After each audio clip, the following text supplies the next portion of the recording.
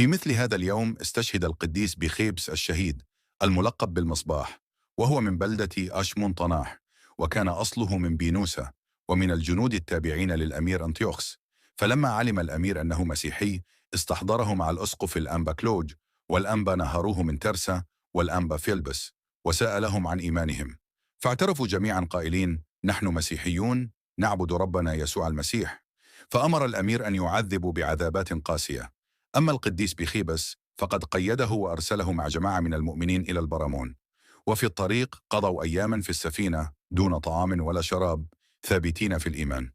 وعندما وصلوا إلى البرامون عذب القديس بخبس بشدة، وأخيرا أمر الأمير بقطع جسده بالسواطير، فنال إكليل الشهادة المجيد.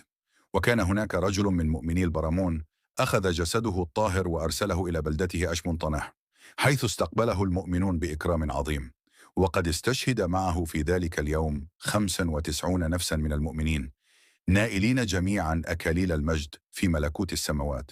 صلوات القديس بخيبس والشهداء الأطهار تكون معنا، ولربنا المجد الدائم إلى الأبد. آمين. لا تنسونا في صلواتكم مون جاسو.